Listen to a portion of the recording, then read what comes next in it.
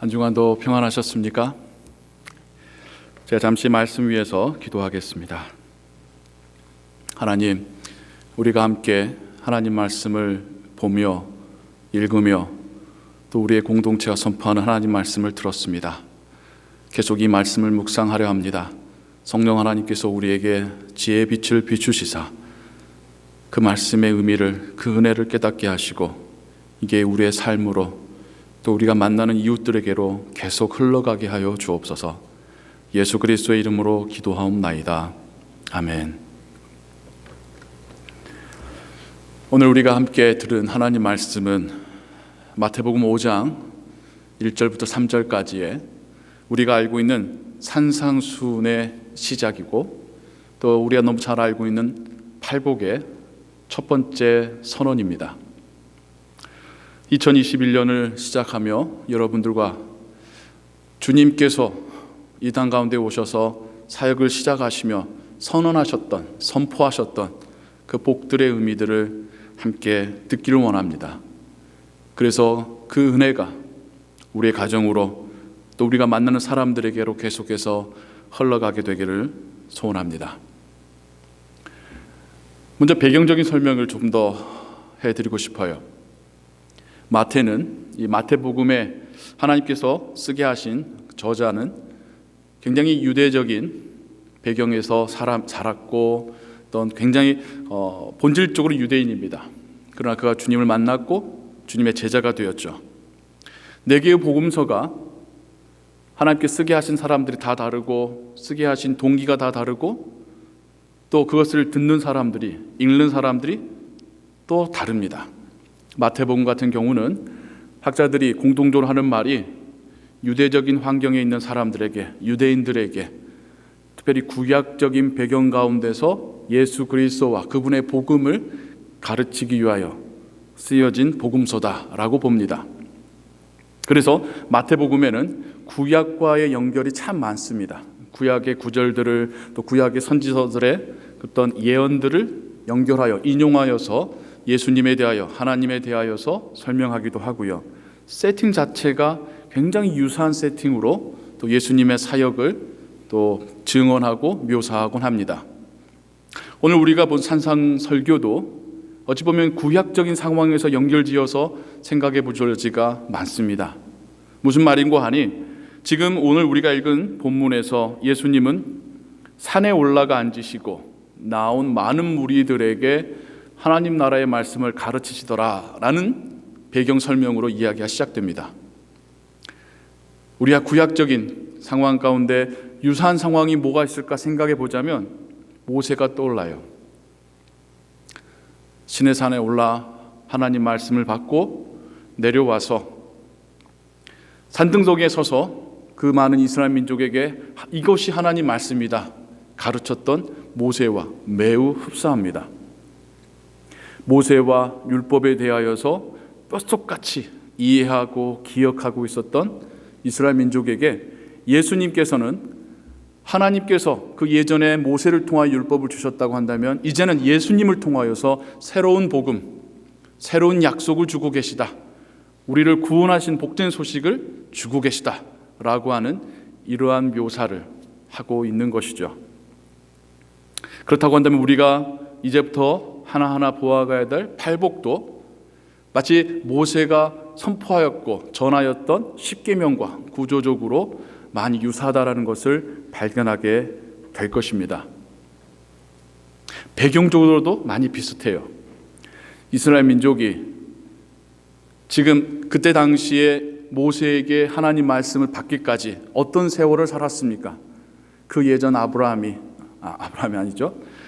야곱이 그 가족들을 데리고 자신의 아들 요셉이 있는 이곳 애굽까지 내려와서 300년이 넘는 세월 동안에 이스라엘 민족이 노예 아닌 노예처럼 살았었습니다. 그리고 이제 새 시대를 열기 위하여 하나님께서 그들을 데리고 나오셔서 말씀을 선포하셨었습니다.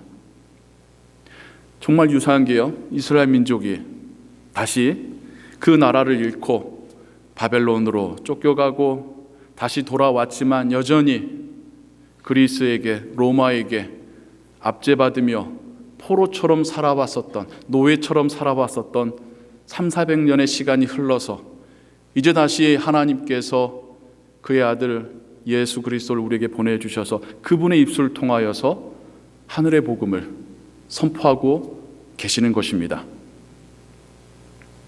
오랜 세월 동안의 노예로 살았던 이스라엘 민족이 모세를 통하여 하나님 말씀을 들을 때에도 정말 새 시대가 열리는 것처럼 여기며 또 하나님이 이제는 우리의 아버지이고 우리의 왕이시다라고 하는 그런 마음을 가졌듯이 400년의 기간 동안에 다른 나라만을 섬기다가 이제는 하나님께서 아들을 보내주셔서 그분의 입술을 통하여서 하나님 나라 복음을 선포하시는 그 말씀을 들을 때에 그들의 마음 가운데서도 소망이라고 하는 심장이 다시 뛰기 시작했을 것입니다.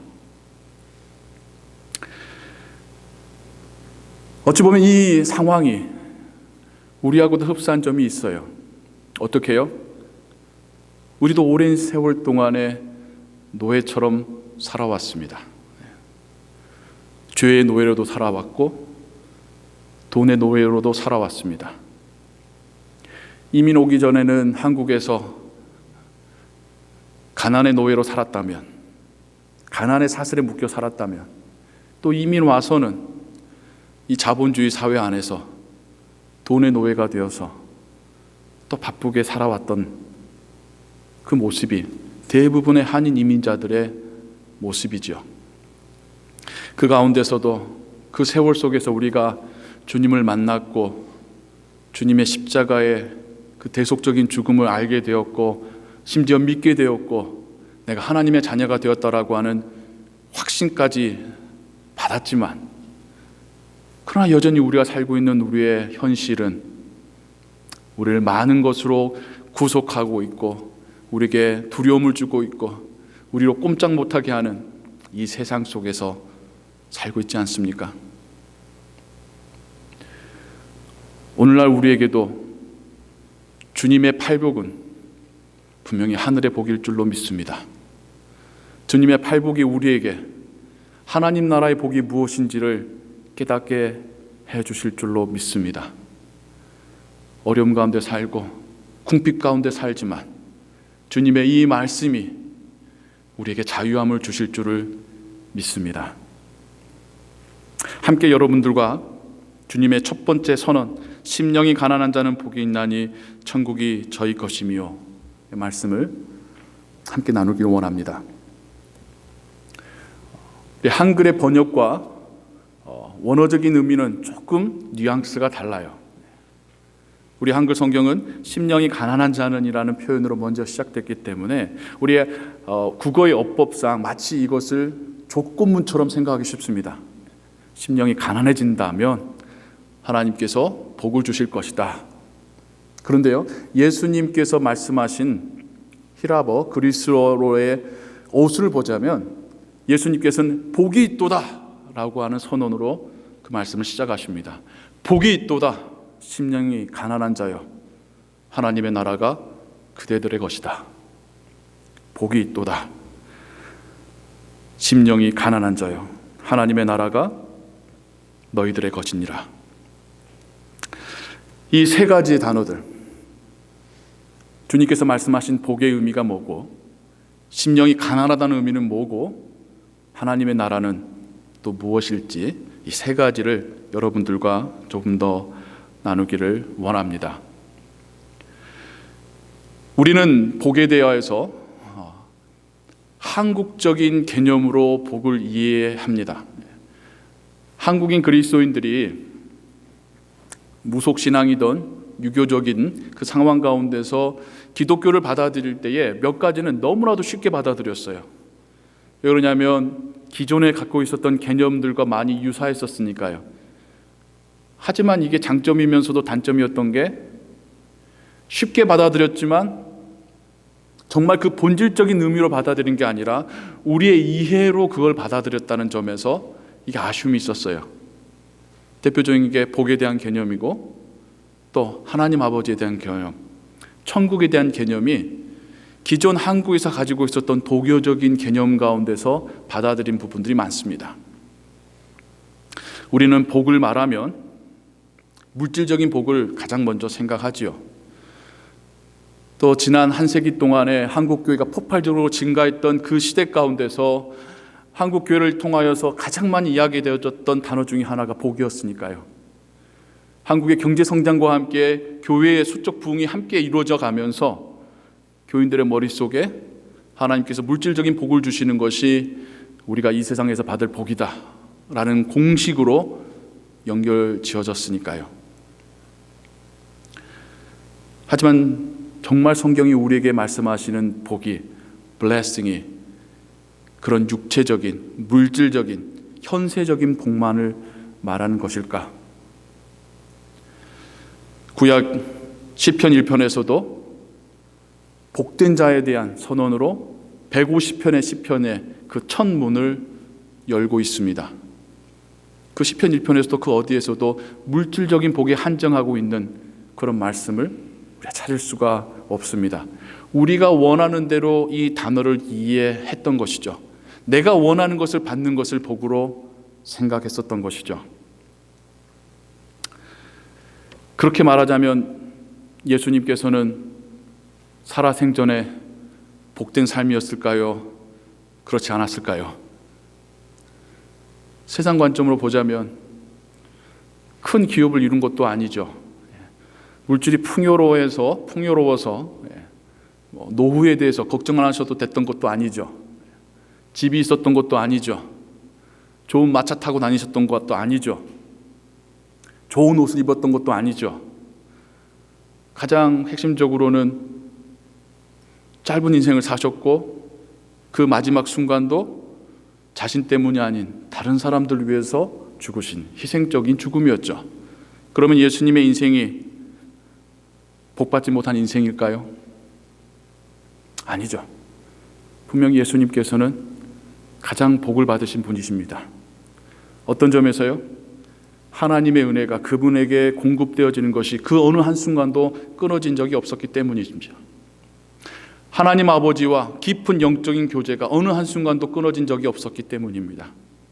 오늘 하루를 살면서도 내가 왜 살고 있는지, 무엇을 해야 되는지, 나의 이 삶을 통하여, 이 하루를 통하여 하나님께서 영광 받으시고 기뻐하신다는 그 사실을 매일같이 알고 계셨고, 그것이 그분으로 하여금 계속해서 사명의 길을 가게 하셨기 때문에 분명히 하나님께서는 가장 복된 삶을 사셨던 분입니다.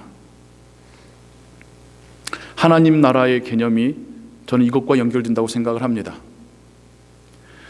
우리는 하나님의 나라 하면 제가 좀 전에 설명드렸듯이 한국의 전통적인 개념을 가운데 이걸 이해하면서 죽음 이후에나 갈 수 있는 나라로 이해하죠. 죽음 이후에 저 멀리 우주 저편으로 우리의 영혼이 떠가는, 이전되어가는, 그래서 거기서의 새로운 삶을 하나님 나라로 이해하곤 합니다. 그런데 성경은요, 하나님이 계신 곳이 하나님의 나라라고 합니다. 요한계시록에서 말씀하는 마지막 장에서의 하나님 나라는 그 하나님의 장막이 우리 가운데 내려오셔서 정말 우리가 눈으로 그분을 뵙고 교제하며 살아갈 그 나라를 묘사하고 있습니다. 하나님이 임재하신 그곳이 하나님의 나라입니다. 그래서 예수님을 믿은 우리가 우리 마음 가운데 하나님의 나라가 임재했다라고 말할 수 있는 이유는 하나님께서 우리 마음 가운데 찾아오셨기 때문이죠. 하나님이 우리 마음 가운데 있으시다는 것이 어떤 의미겠습니까? 좀 전에 우리 예수님의 삶을 함께 돌아봤듯이, 살펴봤듯이 우리가 왜 살고 있는지, 우리가 무엇을 하기를 원하시는지, 나의 삶을 통하여 하나님께서 기뻐하시고 영광 받으시고 있다라고 하는 그 사실을 확신하는 것, 나 혼자 살아가는 인생이 아니라 하나님과 동행하는 인생이기에 우리는 하나님의 나라를 이미 살아가고 있는 것이죠. 그리고 우리는 완전하게 하나님과 교제해야 할 그 삶을 소망하며 바라며 또한 오늘 하루도 살아가고 있는 것이죠. 로마 황제의 지배 가운데 있었던 이스라엘 민족들에게 예수님께서는 로마의 제국이 아닌 하나님의 나라가, 그것도 그 하나님을 따르고 믿는 한 명 한 명의 마음 가운데 임재할 것을 선언하고 계십니다. 그 그래서 복되다라고 하는 예수님의 팔복의 가장 첫 번째로서 가장 웅장하고 스펙타클한 복을 예수님께서는 첫 번째로 선언하고 계시는 겁니다. 그렇다고 한다면 우리가 마음이 가난한 자, 심령이 가난한 자에 대해서 조금 더 생각해 보아야겠습니다. 도대체 심령이 가난한 자는 어떤 사람일까요? 우리 가난이라는 단어를 참 싫어합니다. 가난하게 살아본 사람들, 그리고 지금도 본인이 가난하다고 생각하는 분들은 가난이라는 단어를 싫어합니다. 불편하니까요. 하지만 마음이 가난하다는 것은 무엇일까요? 그 단어만 놓고 보자면 마치 내 마음속으로 가난을 경험하고 있는 것, 내 마음속에 궁핍이 있는 것, 결핍이 있는 것처럼 이해되기가 쉽습니다. 그러면 논리가 어떻게 되냐면요, 자기 마음속으로 궁핍을 겪고 있는 사람들은 다 하나님의 나라를 받게 된다라고 하는 공식이 성립이 되는 것이죠. 거기에는 예수님이 안 계시지 않습니까? 그건 아닌 것 같아요. 마음이 가난하다고 해서 그게 축복받을 조건도 된다는 말도 말이 되지도 않고요. 마음이 가난한 게 왜 복받을 이유가 되겠습니까? 그리고 더 중요한 것은 마음이 가난하다고 느낀다는 게 뭘까요? 많은 사람들이 자기는 가난하다고 생각하지 않습니까? 자기는 충분히 부유하다고 생각하는 사람들이 세상에 얼마나 있을까요? 그 마음으로 특별히 많은 이들이 궁핍을 겪고 있습니다.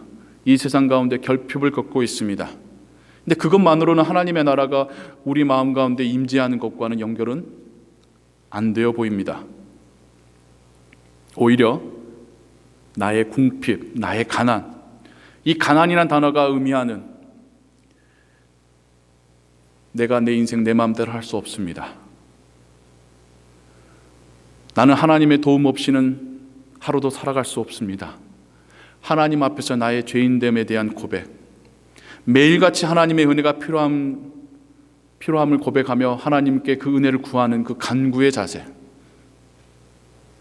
내 마음 가운데, 공허한 내 마음 가운데 하나님을 초청하는 그 믿음, 그런 의미 아니겠습니까? 자신의 궁핍을 깨닫는 자, 그래서 하나님을 찾는 자, 이게 심령이 가난한 자 아니겠습니까? 모든 이들이 궁핍을 겪고 있을 때에 그가 하나님을 찾고 있느냐, 그렇지 않느냐가 차이점이 있는 거 아니겠습니까? 예수 그리스도를 구주로 섬기는 우리들에게는 세상 사람들과 똑같이 마음의 궁핍을 겪을지라도, 삶의 어려움을 겪을지라도 우리가 그들과 다른 것은 우리는 하나님을 찾고 있다는 것이죠. 우리는 하나님께 의지하고 있다는 것이죠. 우리가 하나님 앞에서 날마다 엎드려진다는 것이겠죠. 마음의 가난과 풍요를 가르치는 다른 종교들과 세상에 많은 강연들이 있습니다. 그렇게만 이해한다면 기독교가 그들과 다를 바가 없다는 거겠죠. 그게 아닙니다. 마음의 가난으로 인하여서 우리가 하나님의 나라를 구하고 있느냐가 관건입니다. 마음의 가난 때문에 여전히 내 마음속을 내가 채우고 위로받고 내가 원하는 것을 얻을 수 있는 것을 바라보는 삶이 아니라 내 마음의 가난 때문에 하나님의 나라를 더 소망하고 있느냐, 이게 관건인 것이죠. 하나님께서 찾으시는 백성은 이런 사람이겠죠. 예수님 당대에 이렇게 마음이 가난했던 자와 마음이 가난하지 않았던 자들이 우린 성경 가운데서 여러 가지 예를 찾을 수가 있습니다. 마음이 가난하지 못했던 자들, 바리새인들, 자신의 의로 충분히 채워졌던 사람들, 귀족들, 하나님의 은혜를 구하지 않고 자신의 능력을 의지했던 사람들, 부자들, 권력자들, 겉으로는 하나님을 믿는 것 같고 하나님께 제물을 드리는 것 같지만 실상 그들의 마음 가운데 하나님도 계시지 않고 하나님을 찾지 않던 자들이 있었습니다. 동시에 성경은 우리에게 진짜 마음이 가난한 자들이 어떤 자들이었었는지를 여러 가지의 예를 통하여서 말해주고 있습니다. 삭개오, 세상적으로는 물질적인 풍요를 누렸겠지만 정말 그 마음속의 가난함으로 간절히 예수님 만나기를 사모하였고, 자신의 집까지 찾아오시고 하늘나라 복음을 선포하신 그분 앞에 엎드리며 자신의 죄를 고백하고, 이제껏 자신이 사람들로부터 강제로 빼앗은 것이 있다면 4배로 갚겠습니다. 나의 소유를 나누겠습니다. 그리고 예수님을 쫓았던 삭개의 모습이 마음이 가난한 자의 대표적인 경우 아니겠습니까? 로마의 높은 관원이 사람들에게 존경받고 쉽게 범접할 수 없는 그가 자신의 아들 때문에 예수님께 찾아와서 간절하게 간청하는 그 모습이 마음의 가난함 아니겠습니까?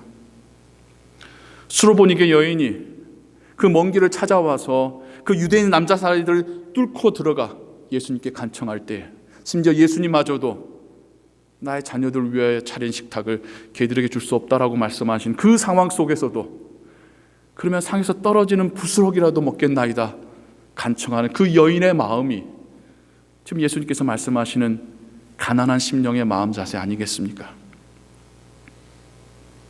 예수님께서 죽고 나신 이후에 예수님의 시신은 로마의 입장에서는 반역도의 주검이었습니다. 그런데 아리마대 요셉이 당당하게 빌라도에게 찾아가서 내가 그 시신을 수습하겠나이다. 그거는 자기를 세상 앞에 드러놓는 굉장히 위험한 행위였습니다. 그럼에도 불구하고 그는 예수님을 사랑하는 그 마음으로, 정말 심령이 가난한 그 마음으로 예수님의 시신을 거두어 자신을 위해 준비했었던 그 무덤에 안장했었습니다.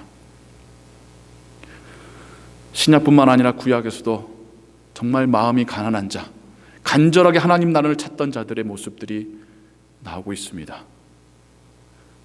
주님께서는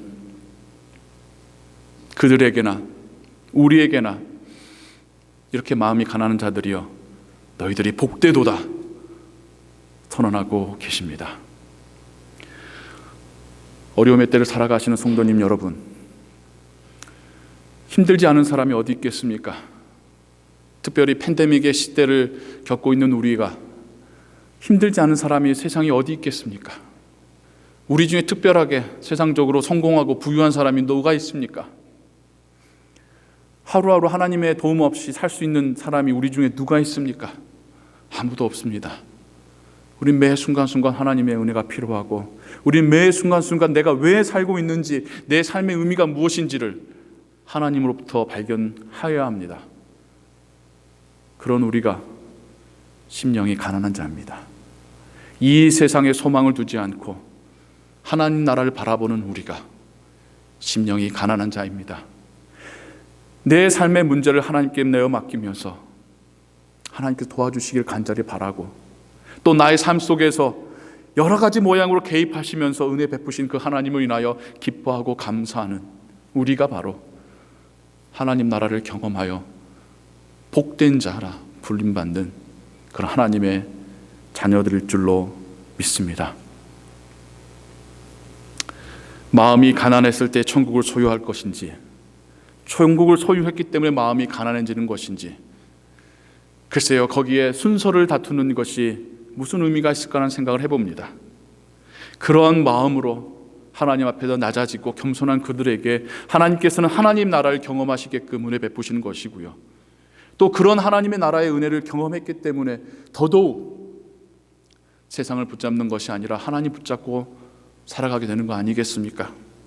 믿음과 순종이 마치 동전의 양면처럼 하나님의 나라와 마음이 가난함은 결국 동전의 양면이지 않겠습니까? 코로나 바이러스의 시대를 살아가는 우리들에게 마음의 가난함은 이 눈에 보이지 않는 바이러스로도 우리가 이렇게 무너질 수 있구나, 나 한 사람뿐만 아니라 이 국가라는 시스템이 이렇게 무너질 수 있구나라는 걸 깨닫고 우리를 붙드시는 이는 하나님이셨음을 고백하는 것, 사람들이 한때는 복제 인간을 만들 것처럼까지 자만했었던 우리였는데 정말 우리가 나약한 존재구나, 하나님 앞에서 겸손해지는 것, 그것이 이 시대 가운데 심령이 가난한 것이겠죠. 우리 생명의 창조자와 우리 인생의 보호자가 하나님이심을, 눈에 보이는 것부터로도 우리를 보호하기가 쉽지 않은데 눈에 보이지 않는 바이러스로부터 우리를 보호한다는 것이 얼마나 어려운 것인지를 깨달으며 결국 나의 인생에 내 생명의 창조자가 하나님이시요 나의 하루하루의 삶의 동행자가 보호자가 하나님이심을 고백하는 것, 그것이 마음이 가난해진 이 시대의 그리스도인들이겠죠. 더 나아가서 예수님의 명령인 사랑과 섬김을 실천하는 것, 어려움의 때입니다. 다른 사람을 돕기 힘든 때입니다. 그렇기 때문에 누군가를 돕고 사랑을 실천하는 것은 더 값진 때입니다. 세상에서도 그러잖아요. 금리가 높을 때 투자하라. 그렇죠? 어찌 보면 우리가 하나님 앞에서 더 칭찬받을 수 있는 때인 것 같습니다. 왜 그러냐면 정말 주님의 사랑을 그 사랑대로 살아보기가 힘든 때이니까. 이때에 하나님 말씀 붙잡고 그리스도의 사랑으로 살아간다면, 그렇다면 우리가 하나님 앞에서 더 큰 상급과 칭찬받을 줄로 믿습니다. 심령이 가난한 자는 내가 지키고 내가 붙들 것이 없기 때문에, 그래서 오직 하나님만 붙들기 때문에 더 담대해지는 자입니다. 두려움보다는 담대함으로 하나님의 자녀답게 살아가는 것, 그런 사람들이 하나님의 눈에 보시기에 심령이 가난한 자들이겠죠. 우리가 지킬 게 무엇입니까? 우리가 붙들고 있는 게 무엇입니까? 이 시대 가운데 크게 덧없음을 우리가 깨닫기를 소원합니다. 우리가 지킬 것은 하나님입니다. 우리가 붙들 것은 하나님의 나라입니다. 그렇기 때문에 우리가 더 담대해질 수 있지 않겠습니까?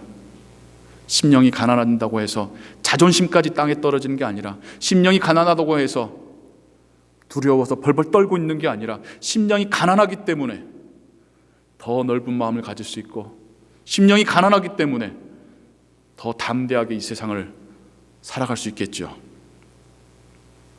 그렇게 세상의 욕심과 미련이 아닌 하나님 나라의 소망을 품고, 그리고 오늘도 나와 함께 하시는 그 하나님을 경험하고 하나님께 주시는 위로와 격려와 또 성령의 인도하심을 경험하며 살아가는 것, 이것이 하나님의 나라를 소유한 자의 복된 삶일 줄로 믿습니다.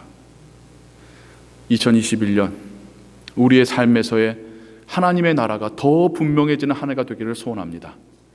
물론 이때까지 하나님 나라 붙잡고 살아오셨지요. 그런데 이제는 더 하나님 앞에서 심령이 가난한 자로, 더 하나님의 임재하심을 경험하는 하루하루로 살아가게 되시기를, 하나님이 보시기에도, 세상 사람들이 보기에도 참 복된 사람이다 라고 선언하고 그런 칭찬 들을 수 있는 그런 하루하루 되시기를 주님의 이름으로 축원합니다. 기도하겠습니다.